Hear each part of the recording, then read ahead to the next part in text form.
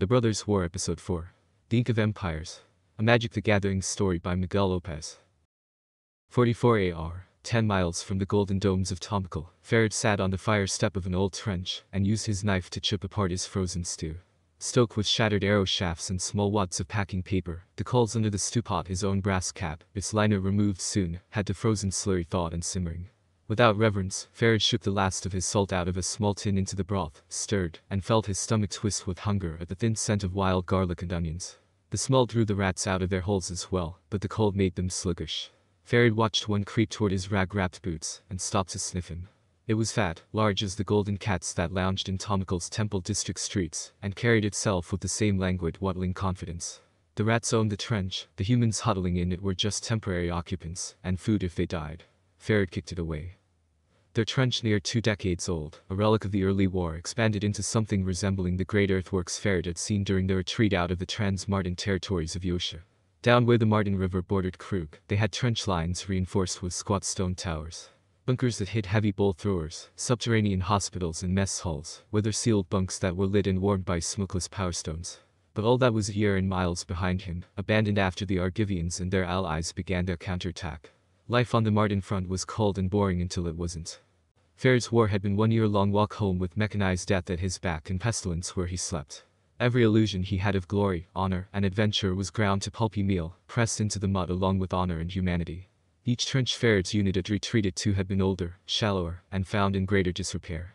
When the war was last this close to Tomakul, there had been no machines, just foot soldiers and cavalry. Only the Cadre's closest advisors knew what a dragon engine was. No one had seen an Avenger, and Farid hadn't yet been born.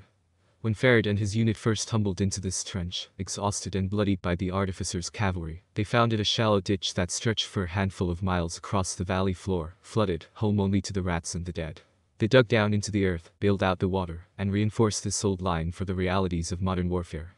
Now it was home, with underground dugouts to hide from Thopter bombers on clear days, sapper dug traps to sink advancing Avengers and Triskelions into the mud, and thickets of needle wire strung across the front-facing side to tangle any charging enemies.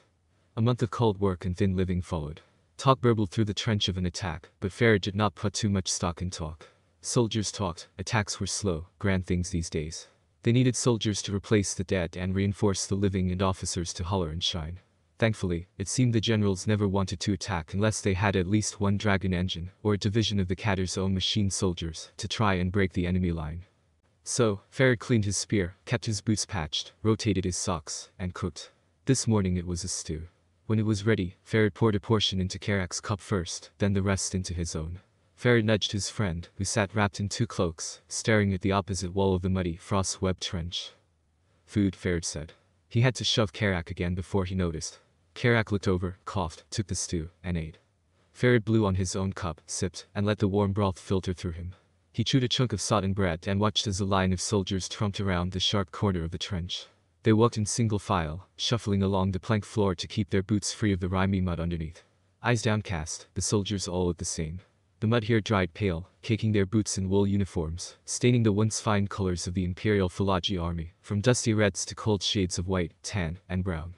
All wore their helms wrapped in dark cloth, to prevent the sun from shining off the polished brass.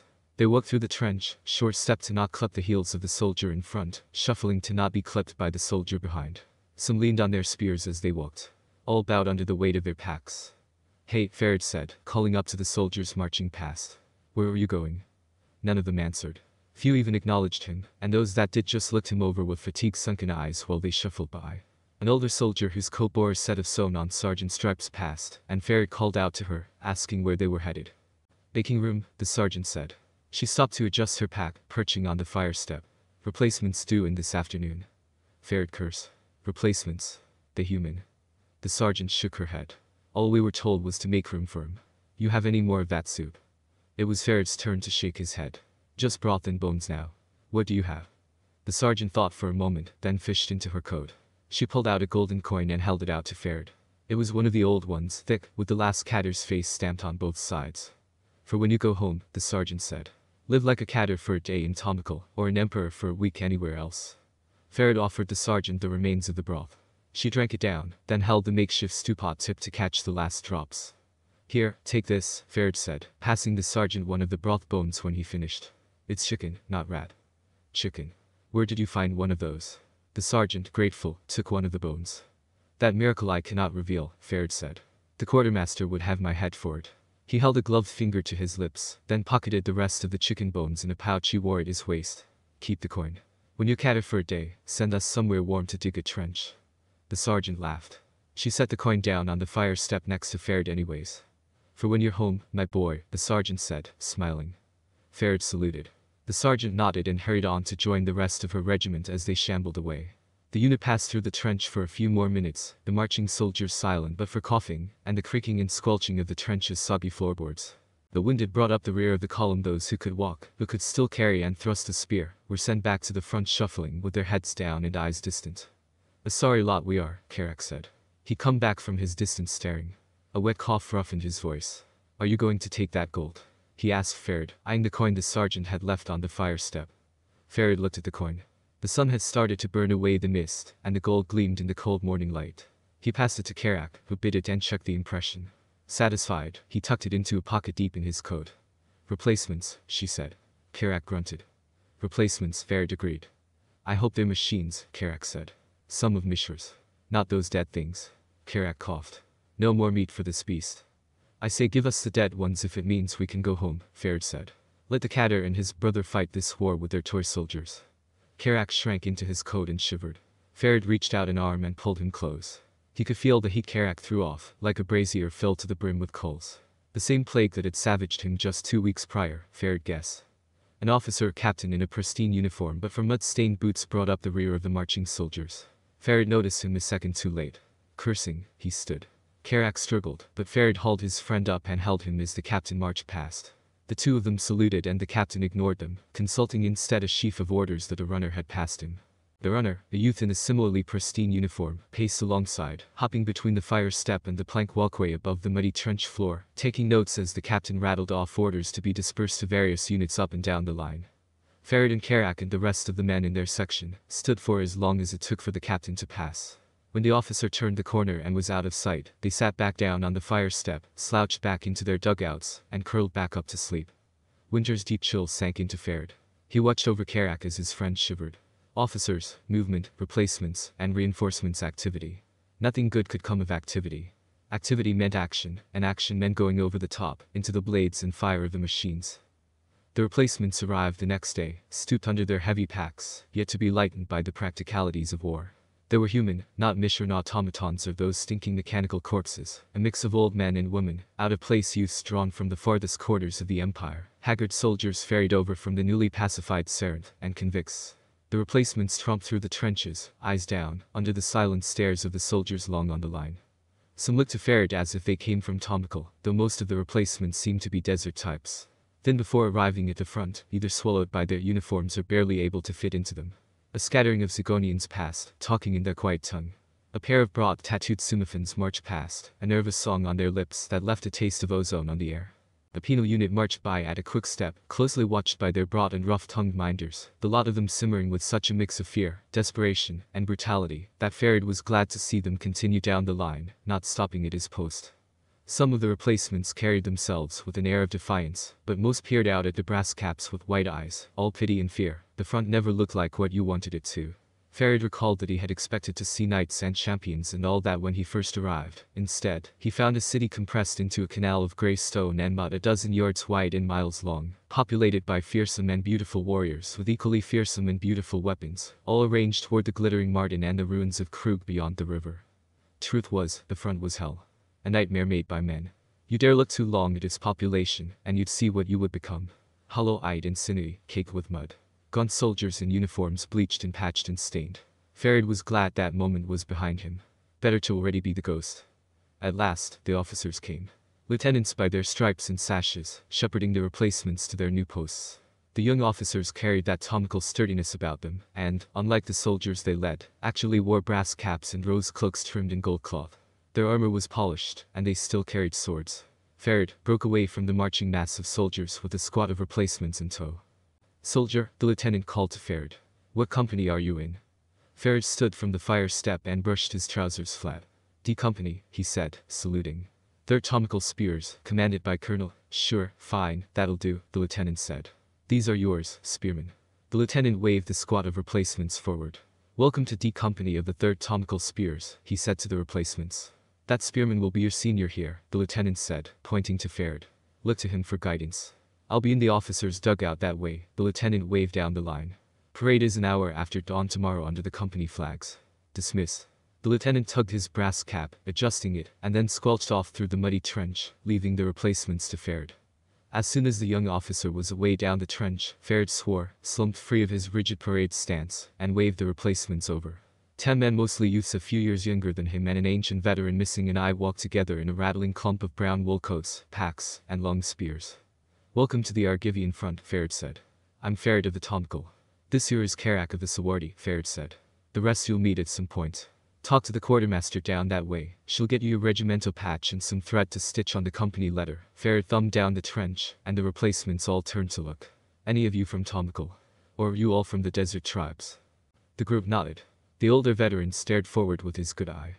He had the same look as Karak. He was anywhere but here. He was nowhere at all. "I'd never been out of the city before the war," Ferd said to the assembled replacements. "Never been out in the deep desert. I heard it got cold at night, but never expected this. At least the mist moon is a great beauty."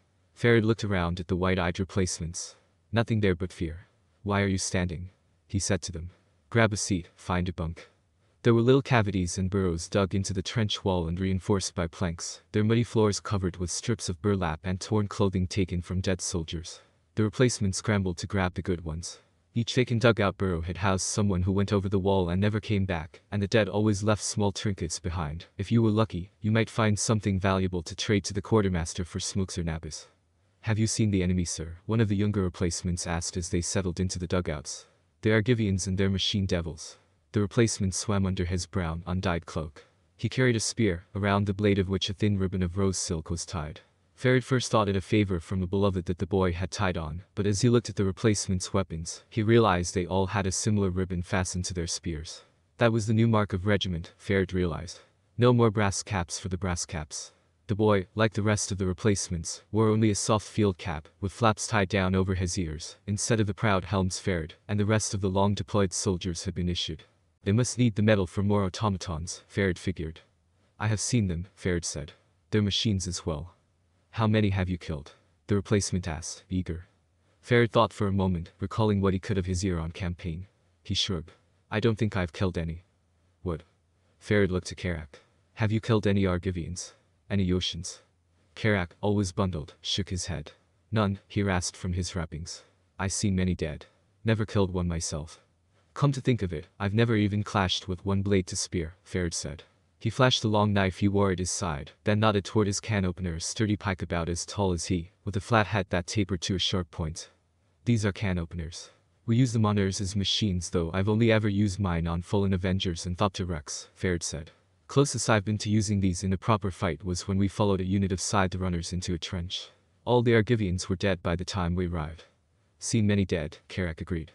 "Told you," one of the other replacements said, nudging his fellow. "Trench rats," he said. "Disgraceful cowards. No wonder the Argivians have pushed us so far from Krug, nothing but soft city dwellers between them and the heart of our empire." Ferd and Karak laughed. Some of the other soldiers who had been eavesdropping chuckled, shook their heads, and continued resting, eating, or maintaining their worn equipment. "The Argivians are only 200 yards that way," Ferd said, thumbing over his shoulder in the direction of the Argivian trench. "You want to storm their line? Wait another hour, the rising sun will be at your back, and then you can strike like the midday sun on the head of a waterless traveler," Ferd said. That is exactly what we should do," the replacement spluttered. He was the bravest of his companions, but they all nodded along with him. "Why are we not driving them off our land?" Ferd stood from the fire step and stepped toward the young man. "How old are you?" he asked, sizing up the youth. 15, the replacement said, looking to the side but not stepping back. The boy stood an inch or so taller than Ferd, who affected a permanent stoop after this time in the trenches. "What's your name, boy?" "Assad." Ferd drew his knife. Assad stepped back, bumping into his companions. Ferd grinned, then turned and stabbed his knife deep into the plank wall of the trench behind him. He levered out a chunk of rotting wood, sheathed his knife, and reached into the earth. He pulled a double handful of clay out from the cavity, dug a few scrapes deeper, and then wrenched something from deep inside the trench wall. He turned and held out a rag-wrapped length of bone, matted hair still clinging to the fetid remains. "You're younger than this trench." Ferd tossed the bone to the ground at the youth's boots. "But not by much." He pointed to the ragged, soggy bone. Look at that bone. That was a person. Can you tell me which uniform they wore? The youth stared at the bone and did not answer. The rest of his cadre were silent. This land doesn't matter, Ferret growled. You got a cloak? Ferret asked the group. They all nodded, some even grabbing the corners of the cloaks they wore to show him. Boots. Again, the youth showed Ferret the plain but sturdy boots they all wore. Good, Ferret said. Listen to me and learn my lesson well. Your cloak and boots matter more to you than this trench. If the Argivians make it through our wire, if their metal Avengers lead the way, if it looks like we're going to lose this line, you grab your cloak and you grab your boots and you run. Ferret kicked the bone off the planks and into the soggy mud of the trench floor. There's always another trench. Might not always be another cloak or pair of boots. He waited until each of the boys nodded at him. Good. Lesson over. You're dismissed. The replacements shuffled away. One remained, not moving from where he stood. The old, one-eyed veteran. He leaned on his spear with the comfort of a killer. How long? The old veteran asked. A year and some months as of the start of winter, Ferret said. Karak here has counted 3. You? I lost my eye at the siege of Krug, the old veteran said. Served in the supply corps for a year following, and then they sent me back to train new warriors. The siege. Ferret whistled. I was only a baby when Krug burned. Ferret waved the old veteran over to sit next to him on the fire step. What's your name, uncle? Eamon, the old veteran said, setting his pack down. Eamon's voice was low and soft. The old man looked around the trench line, taking it in. The war has changed since I was last a part of it, he said. More mud. He fixed his good eye on Ferret. You all are still children. The Catter's war, Ferret said. He looked away and spat. We all must do our part. Weeks after the arrival of the replacements, lieutenants and captains hustled up and down the trench line, with trails of supply and logistics officers in tow. Grumbling and muttering quartermasters were forced to distribute tins of armor polish, new gloves, squares of cloth with which the spearmen were meant to patch their crimson cloaks, bolts of silk, and other useless things. They also doled out extra rations of nabis and mutton that were well received by the young replacements, but he did not know what extra rations of wine and mutton meant. In the mornings, the soldiers were woken by runners and their sergeants for parade formations, ordered to line up as best one could in the narrow confines of the trench, for presentations to the majors and colonels who walked with scarves held to their noses, through the places where the soldiers lived. Ferret, Karak, and Eamon knew this was not routine. The young fresh replacements did not. They all thought this was a mighty refutation to Ferret's chilly warnings made only days prior. Assad let Ferret know as much after their section was dismissed following this morning's inspection. Not so bad, this life, Assad said, over loud, to the coterie of conscripts that followed him. You just need to lose that city softness, you see. He exhaled a powerful breath, sending a plume of steam roiling out into the cold morning air. He beat a fist against his firm stomach. Carry that desert heat in your belly and love for our empire in your heart, and you'll never see a sad day in this mighty force, Assad said. Our Kader means to set us on the attack again. He looked to Ferret, smiling. And I think everyone here should clamor to cover himself in glory after this last year of defeat. Only way to wipe away that shame is to put Tomakul to our back and send the Argivians running, right boys? A cheer went up among the replacements and to Ferret's dismay even among some of the soldiers who had been on the line for months now. Fool's courage, second only to fear, spread quick as fevers. Only those who had been on the line for an actual attack and lived resisted the fervor. Ferret did not engage with Assad. He was not a fighter, besides, he had plans to make. That evening, Ferret, Karak, and Eamon huddled together in a deep dugout and spoke in hurried whispers over a single low candle. Tonight, before dawn, Karak said. Right, Ferret said. The attack is certainly coming by the end of the week. We need to go tonight. And how will they know to expect us? Eamon asked. That I can't tell you, Ferret said. Not yet.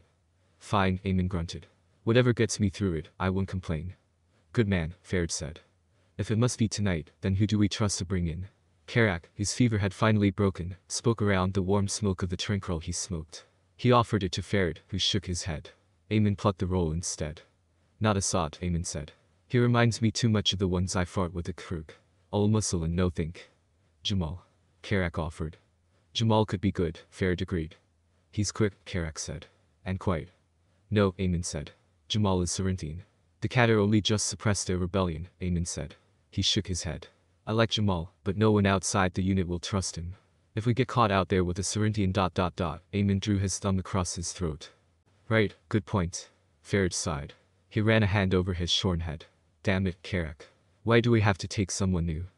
Karak shook his head. Sergeant said we have to take someone new to make it look convincing. Says the lieutenant told him that the colonel has ordered night patrols to be teams of 4. He shrugged. If it's just the 3 of us, we look suspicious. Fine, Ferret said. 4 it is. Essen, Eamon said. Essen is nobody. He'll do as he's told and stay quiet after. Essen. Ferret looked to Karak, who shrugged. Perfect, Ferret said. Eamon, you go get young Essen. Eamon nodded and touched his brow. He scooted back from the candle and pulled himself out of the dugout. Ferret and Karak listened to the sound of his boots trumping away down the trench. When they faded and they were alone, Karak finally spoke. Can we trust Eamon? Ferret looked up at the canvas flap that covered the entrance to their dugout. I trust that he wants to live, Ferret said. Same as you and me and everyone else the war didn't kill yet. Just as well, Karak grunted in a tone Ferret knew to mean agreement. Eamon knows who the real enemy is. The commotion outside broke the long silence that followed. Boots thudding past on the plank flooring of the trench, excited murmurs and cursing. A shout. Karak started to his feet, hand to the long knife at his belt. Ferret darted past him, bursting out into the trench in time to collide with a group of soldiers jogging past. They all tumbled to the ground, cursing and blaming each other for their clumsiness. Trading shoves, they pulled each other to their feet and parted. Ferret hollered curses at the soldiers as they hustled down the trench. They shouted curses back, but they continued down the line. What's going on? Karak asked, poking his head out from the dugout. Not an attack. If there was an attack, it would be much louder. This was something else. I don't know, Ferret said. He stepped to the side as more soldiers jogged past. Something down that way, maybe a fight, maybe some new war machine. Ferret offered his hand down to Karak. You coming? Karak laughed and ducked back inside their dugout, twitching the curtain closed behind him. I know, then. Ferret buttoned his coat against the evening's chill, and joined the stream of curious troopers heading down the trench, shuffling along with them through the zigs and zags and blast breaks. Though the sun had only just set and the world above the trench still clung to the day's light, the belly of the battleworks were plunged already into deep night. The trench's lights hummed on and burned dim, banishing the umbral dark with warm blood-red light. To Ferret that light meant to save their vision in case of a nighttime assault always, made everything seem darker. To this moment it added a special horror. Muttering filtered through the close-packed soldiers ahead. A pair of troopers crouched at the lip of the trench, offering their hands down to help haul any who wanted up. Whatever drew this crowd happened behind their line. It was not the Argivians. When it was Ferret's turn, both soldiers hauled him up. They were silent, grim-faced, but Shen. Ferret did not ask questions. The last fingers of light bled below the horizon. Dozens of soldiers stood a short distance away, their breath puffing white into the deepening night sky. Red and green lights flashed and slipped through the gaps in this swell of bodies. Ferret went alone to join them. The stink hit Ferret first. Like an open latrine pit before the sanitary corps got to it, or a battlefield thick with the dead. Away to the chilly evening air. He pushed through the crowd, which seemed more than willing to part. Some of the soldiers even turned and started back to the trench, prayers tumbling from their lips. The sound of chains and marching. The crunch of frosted ground trod over by hundreds of bare feet. The dim red and green night lights topped poles carried by their minders, marker lights that the chained creatures followed. The dead ones. Ferret thought he felt the blood drain from his face. Transmigrants. Hideous, piteous things that were once human, now a rotting amalgam of flesh and machine. Whispers spread through the line of onlooking soldiers, as the transmigrants marched past not 10 yards away. The work of Mishra's protege, these things. The fate of any who died on the line, or those who passed of illness, or those who did not want to fight when the conscription gangs came to take them. The transmigrants were chained together at their ankles, with some distance allowed between them, but they moved at a uniform step, more perfect than any drilled line of human soldiers Ferret had seen. In the dying light he could not make out many details of these horrors, but what he did see burned into his memory. He saw dead and graying skin, scoured from the cold and the sun, stretched and woven through dark metal. They walked without outward care of the cold. They carried no weapons, but wicked claws burst from weeping stumps. Bloodless flaps with dead tufts of hair pulled taut over polished metal domes. Chain veils hiding the ruins of faces, but not the hot breath puffing out from between the links. Ferret's stomach soured, but he did not retch. The horror of what he saw made sense. It was a battlefield he knew, embodied in a decaying legion of killing machines. Ferret pitied the people these things had been. He pitied himself. He turned to head back. By the time he reached the trench a short distance away, officers had already begun shouting and bellowing at the soldiers to head back to their posts, lest they be volunteered for mechanical service. The night was cold. Outside Ferret's dugout, the trench was alive with movement. Soldiers quietly hustled by with crates of handheld bombs, replacement spearheads, bomb lance tips, armor-piercing bolts, wire cutters, spear power stones, and various other ordnance. An attack was coming. Ferret guessed they would be ordered over the top within the week. He did not sleep, and neither did Karak or Eamon. Instead, with Essen sitting confused but silent with them, the 4 spearmen huddled together over a dim candle and planned for a long night. Ferret, Karak, and Eamon, with Essen between them, moved quietly and quickly through the trench, taking care not to disturb any of the sleeping soldiers. They carried only their knives, no spears, and left their brass caps behind, favoring instead dark clothing and soft wool caps. Essen didn't ask any questions, though Ferret could tell he had many. The boy was as quiet as Eamon promised he was, small and quick, likely no older than 14. Ferret carried one of the red lens nightlights. It was powered by a power stone chip, and burned dim enough not to call attention, but bright enough to dispel some of the trench's deep darkness. "Wait here," Ferret said, pointing the nightlight at a wooden sign. Eamon put his hands on Essen's shoulders to steady him. He was old enough to be the boy's grandfather, Ferret thought. Kerak held a trinket between his lips, but did not light it. "Sergeant Osman," Ferret whispered as he crept into this section of trench. He knocked quietly on the planks outside of each dugout, calling the sergeant's name. "Sergeant Osman, it's Ferret of D Company, 3rd Tomakul Spears." A rustle, and one of the dugout flaps flipped back. "You're late, Ferret," Sergeant Osman said, crawling out from his dugout. "I expected you an hour ago." He yawned, tugged his cap down around his ears, and crossed his arms for warmth. "Where are your men?" "Here," Ferret said. He looked back to Kerak, Eamon, and Essen, and waved them over. The three of them moved quietly to join them.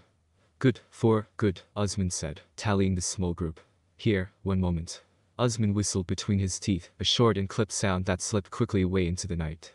Another soldier emerged from a dugout with an armful of soft satchels. Osman took them and passed them to Ferret, who handed them out one by one to his companions. "One full satchel for me and my boys, remember," Osman said, wagging a finger at Ferret. "Or I talk, and you join the machines."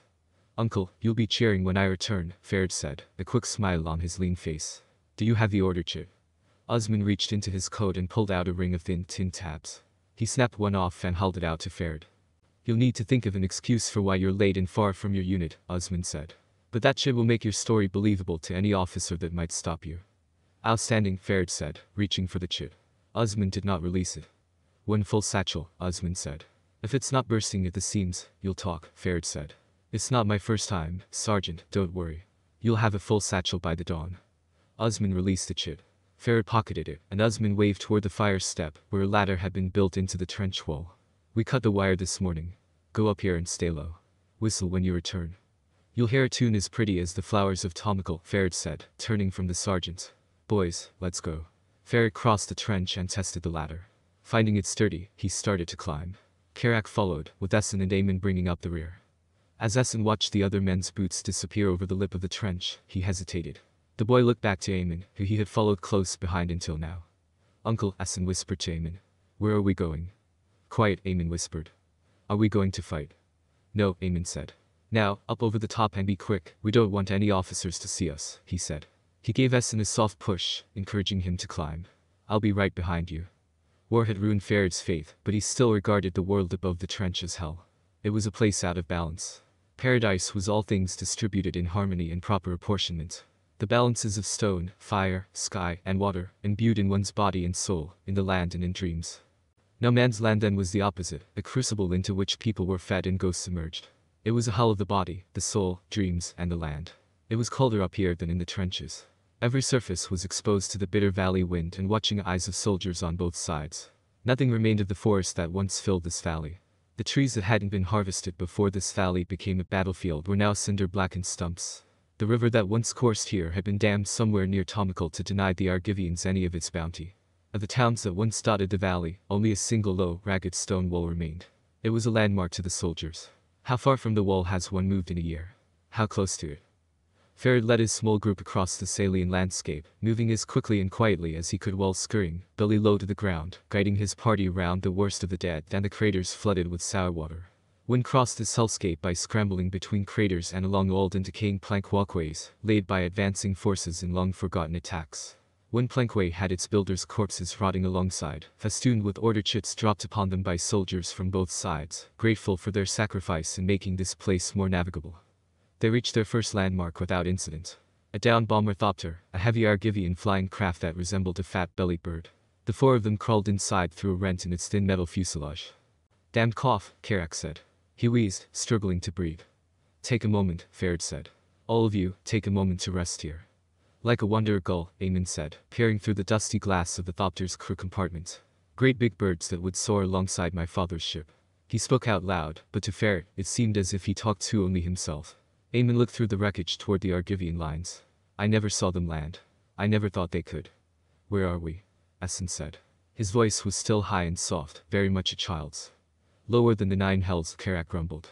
He set his heavy pack down on the damp floor of the thopter, groaning in relief at the weight off his shoulders. One hand rubbing his throat, he clambered over to Eamon and tapped him on the shoulder. Let me look. Farid offered Essen a sip of his water. The boy took it, drank, and passed it back. About 50 yards that way where Eamon and Karak are looking is the Argivian line, Farid said. Essen looked bug-eyed toward the enemy lines. Don't worry, Farid said. We're not going to attack. He indicated the packs Karak and Eamon carried. We're going to trade. All we have to do is hang this flag here, he said as he pulled a short bolt of white cloth out from a pocket on his coat. And wait. I don't think I've ever seen an Argivian before, Essen said. I was wondering how I'd kill one without a spear. The officers said they're made out of metal, and all I have is this little knife. It's not the people you gotta worry about, Karak said. They die quick as cut flowers, Eamon said, agreeing. Same as us. We're not going to kill anyone, Farid said, quieting the group. You can keep that knife hidden away, Essen. You won't need it, unless it is to cut chocolate or sausage. Essen smiled at the mention of chocolate. Farid could tell it had been a long time since Essen last smiled. For that matter, it had been a long time since Farid had smiled. It took humanity to smile and mean it, and Farid had none. This was not a condemnation, it was an admission, a necessary act of survival. Tunnel your vision to the task at hand and survive. Farid, quickly, hung the strip of cloth on the outside of the crashed thopter, facing the Argivian trenches. Then, they settled in to wait. The cold pre-dawn night was endless, stretching across this blasted valley from Tomakul to Krug and beyond. It warmed into the hearts and desires of every bejeweled lord and power-hungry emperor, flooded their eyes like blood and milk. Eager, they reared up and sent 1,000,000 of their children to fuel the night's appetite, which was now indistinguishable from their own. Farid was only one of millions. The princes of the world would see Essen's soul added to the butcher's tally and, unmoved, call for 1,000,000 more. He looked to Essen, reached out, and patted his cheek. You don't need to worry, he said. You'll be fine. And then an explosion boomed somewhere in the distance, followed by a series of sharp pops and long, sizzling whines. Spotting flares launched from both sides illuminated a section of trench and no man's land 1.5 miles down the line, far enough that the light from the flare's ignition flashed a heartbeat before the sound of their detonation. They could hear the echoes of distant screams somewhere down the valley, but could not tell whose side cried out. Down, Farid hissed. He waved his palm down and put a finger to his lips. Down, now. The 4 of them dropped to the shadowed belly of the crashed thopter, hands over their heads, and waited. The harsh, steady light of the parachuting flares cast stark and nightmarish shadows through the cracked and dirty glass of the ornithopter's crew compartment and bombing windows. That light was unrelenting, white and furious, the gaze of a god who only knew fire. The thunder quieted. Not a battle, just a fight of no consequence. Farid let out a long and trembling exhale. He counted as the light from the flares faded and night returned. They're coming, Eamon said. He peered through the thopter's dusty glass canopy. I see 4 of them at least, 30 yards distant. Just them, right? Karak asked. No Avengers. No Walkers. Just them, Eamon said. Farid. Farid looked over to Essen, who had crawled into a corner, pale-faced and trembling. His hopeful smile gone. The boy knew he would never be fine. Even if by some grace Farid could resurrect this ornithopter and fly it home, Essen would never be a child again. None of them could steal back what had been ripped from them. It was easy to become one of the next 1,000,000, harder to resist the momentum of lords and emperors. Unless, Karak, Farid said. Go greet our friends. The Argivians spoke some Philology, and likewise Farid, Karak, and Eamon had some Argivian. 4 Argivians clambered into the wreck of the bomber. One of them produced a canteen filled with some acrid spirit. Karak broke out his trinkrels, and the soldiers got to talking, joking, and swapping small things. Though hesitant at first, Essen soon joined the rest of them, and the 8 soldiers together made a warm escape from the war. In the wreckage of the downed ornithopter, this small group may as well have been comfortable acquaintances at a cafe in Tomakul or a tea shop in Argiv. If Farid closed his eyes, he could almost imagine a world outside of this one. I want to apologize for being late, the Argivian leader said in lightly accented Philology. She was a wind-bitten woman who reminded Farid of his mother. Stern, but he could see the laugh lines worn into her face. Laria, Farid remembered her name. Crossing our line was difficult, Laria said. Lots of officers. Many new ones. She pointed to her eyes, and then to her group. They don't trust us, so they watch. Karak grunted. Sounds like officers, he said, speaking his own rough Argivian. Always looking to use their swords. The Argivians chuckled. Larius smiled. She looked past Farid and Karak to Eamon and Essen, who, though part of the group, had kept quiet. And who are they? This is Essen, Eamon said, speaking before Farid could. The old man's Argivian, though accented, was perfect. He spoke with the comfort of one who had heard a language young and grown up with it close. He's new on the line, from Tomakul. My name is Eamon. I am not new to the line, though I thought myself retired from the war many years ago after I was wounded. You speak our language well, Laria said. She switched to Argivian and introduced herself. Farid only caught a few words as she and Eamon carried on a rapid, gregarious conversation. Farid watched the two of them talk and felt a distant sort of hope. Eamon, like Essen, could still spark into the person he was before the war. The only difference was he had been through it before. The old man had been shoved into hell, all but torn to ribbons by the death machines there, and still knew how to make someone laugh. His smile was not sweet, many of his teeth were missing, and the scars that webbed out from his ruined eye tugged at the corner of his mouth. But it was a beautiful smile. Larry's quiet laughter was the sound of Farid's sisters and mother, kneading dough. This moment was good. The war didn't make this moment happen, it happened despite the war.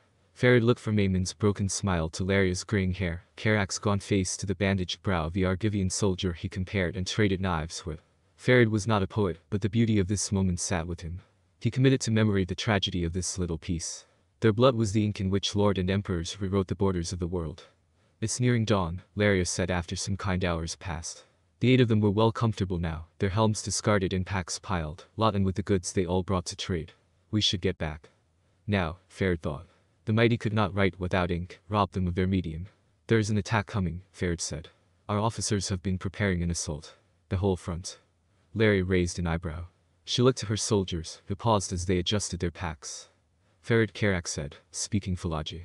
This could get us killed. Quiet, Farid snapped. Karak quieted, glowering. Farid ignored him and continued, switching back to Argivian. Our generals have moved in a whole regiment of transmigrants to Katar's dead men, Farid said. Those silks and kits we gave you. They passed them out to us just days ago. They've given us wine and meat. Brought in thousands of replacements from across the empire, he said, gesturing to Eamon and Essen. Laria nodded. Any soldier this long on the line knew what extra rations and troop movements meant. Thank you, Farid, she said.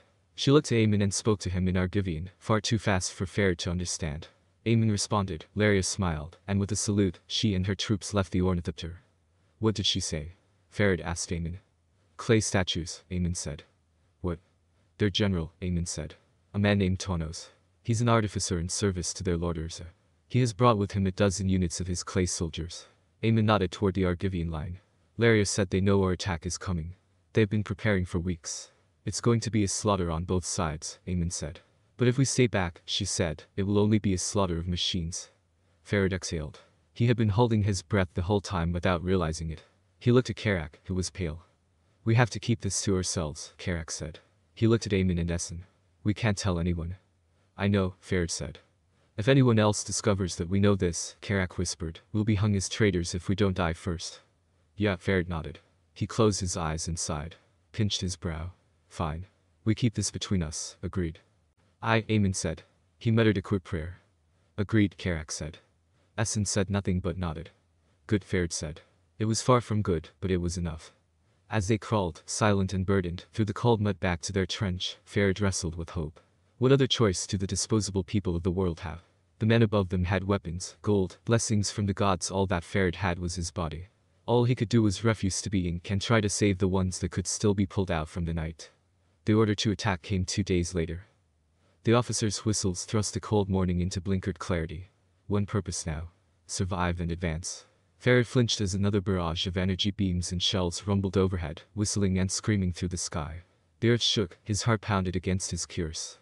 The first wave had already gone over the top, only a handful from Farid's section tumbling back into the trench, feathered with bolts.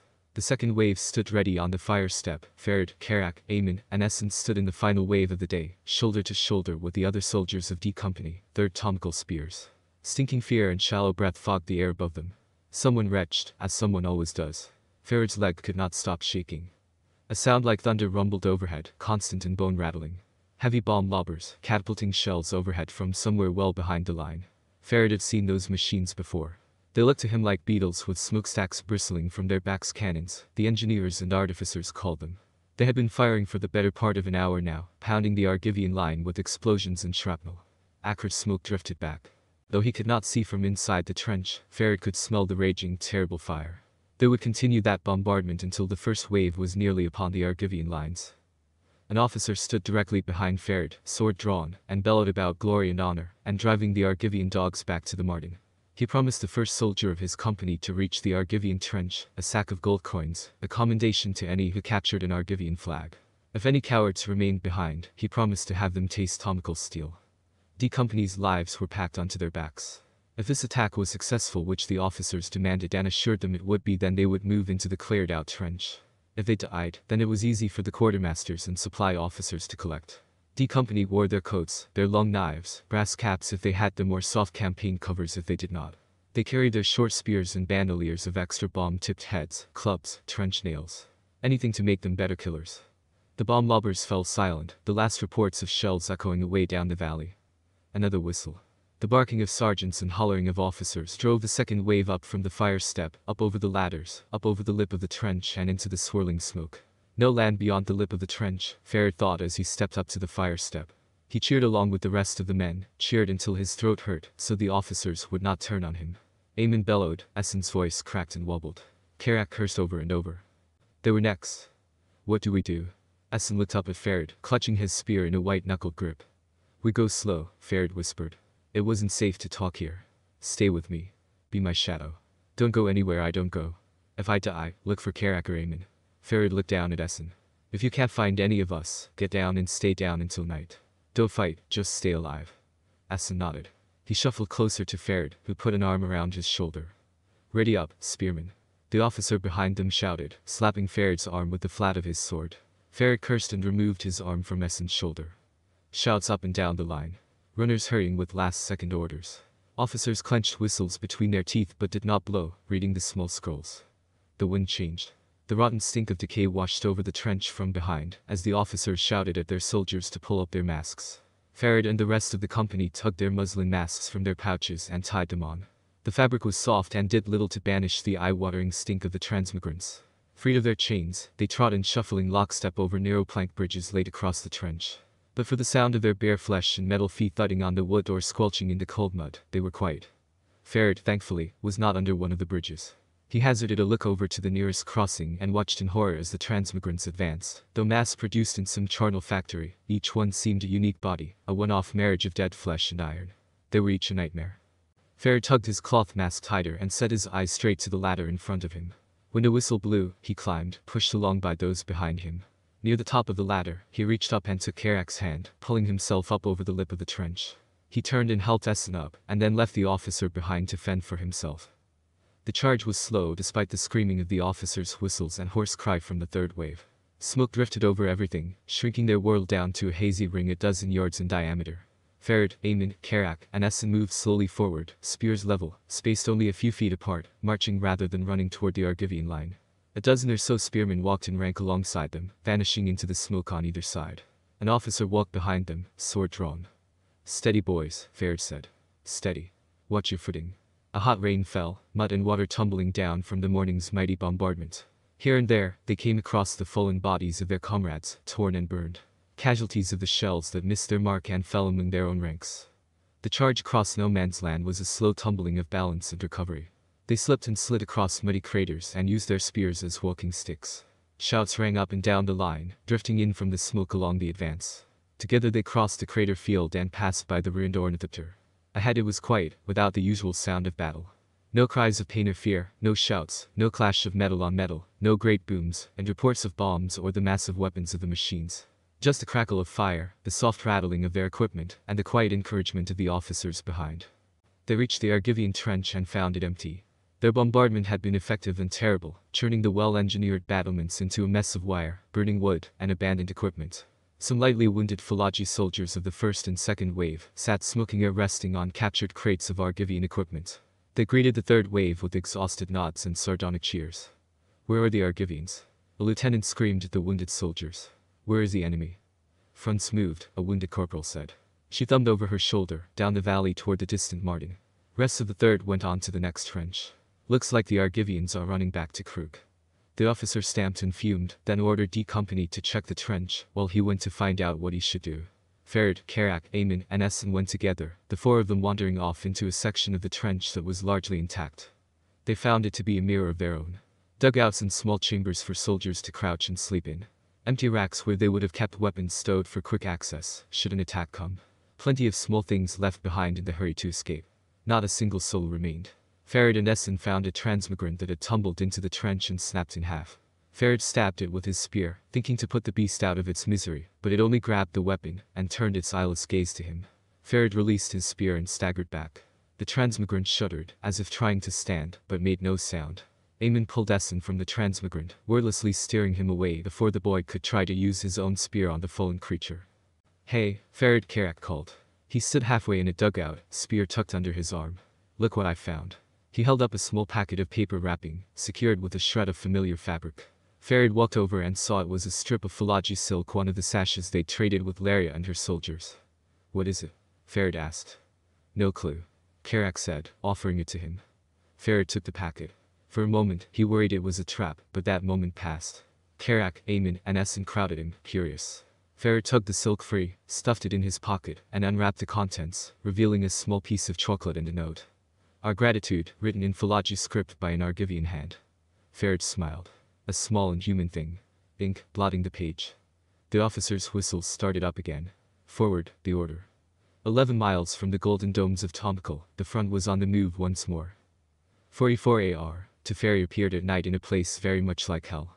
Fire burned low on all sides of the spot where he snapped into coherence. He was grateful that as a spirit he could not smell what he saw. The dead were so closely packed that in some places there was no visible ground, only bodies atop bodies. Ruined machines ticked and cooled. Earthworks, once mighty testaments to engineering and human brilliance, were empty and abandoned. A battlefield at night, after some bloody price paid. Teferi looked around, grim-faced, and tried to get his bearings. The last 2 jumps had rattled him. The last battle took place on Argav, an island shattered and buried by the Silex blast. Histories recorded by survivors elsewhere on Terisir spoke of it as a verdant jewel, the last green place where the brothers fought. This place was not that. A bit of wall stood alone in a valley stripped of trees and greenery, boiled to mud and crisscrossed by wire-bordered trenches. Fires burned on what surface it could eat. Not Argav, likely somewhere on the mainland. The knot of time around the last battle was a confusing morass of recursive loops, potentialities, and branching paths. Navigating them, even with the aid of Sahili's brilliant temporal anchor, was a nightmare. Or Teferi thought it was, until he realigned here on this battlefield. This was a true nightmare. Worse even than the burning streets of Krug. He'd returned shaken from that experience, but time even for him, and even with the anchor at his disposal, was running out. He had to return, quickly. Teferi guessed and, against Kaya and Sahili's protestations, had engaged the anchor once more, seeking the last battle in the manifold mess of time that was the brothers' war. On paper his search was simple enough. Find what he came to think of as blotted time, where tens of thousands of lives met and came to an end. Blotted time looked to Teferi like holes chewed in a hanging curtain, or stars in the night sky. Its cause was great death, the infinite possibilities of all those lives ending in a moment, taking with them a piece of the great tapestry of time. Time was running out. The moment Teferi saw it was difficult to find. He was only one observer, he was not a god. All other possibilities were slipping away from him. What did he know of the last battle? Urza brought a colossus of stone and iron, and it fought a titan of wood and resin, and the dead of Argav. Then Urza and the Silex killed the world. Teferi glided over the ground, giving himself a few minutes before heading back and trying again. He didn't see a stone colossus or a titanic forest creature, like Hale's poem mentioned. There was no ocean. Only mud and the dead. And the Scavangers. Teferi didn't see them when he first arrived, but he saw them now. Lone figures stalked across the field, bending every now and then to examine a body. Alone or in small groups, they dragged bodies behind them, stacking them on carts that others wheeled off into the night. Some collected the ruined parts of fallen automatons, prying power stones from sockets and working joints from shattered bodies. Who are you? If Teferi had blood, it would have run cold. He turned, slowly, and looked into the hideously augmented face of one of the black-robed scavengers. Are you the one from our dream? The person whispered. They stepped forward, a deep whirring and clicking issuing from them. Their eyes were black chips of glass set deep into puffy, red sockets. Their mouth was lipless, toothless, replaced with a studded tumbling cylinder that clicked in metal strips as it turned. The sound was flat, soft, and hideous. They did not seem to be in pain. Instead, it looked as if they were smiling. Teferi drifted backwards, avoiding the scavenger as they reached toward him. The hem of their sleeve fell away, revealing an arm that ended in a cluster of dozens of small grasping manipulators. Brothers, the scavenger screamed. Do you see him? Teferi had seen enough. This was not the last battle, only a footnote lost in the great void on time's tapestry that was the brothers' war. It was time to go.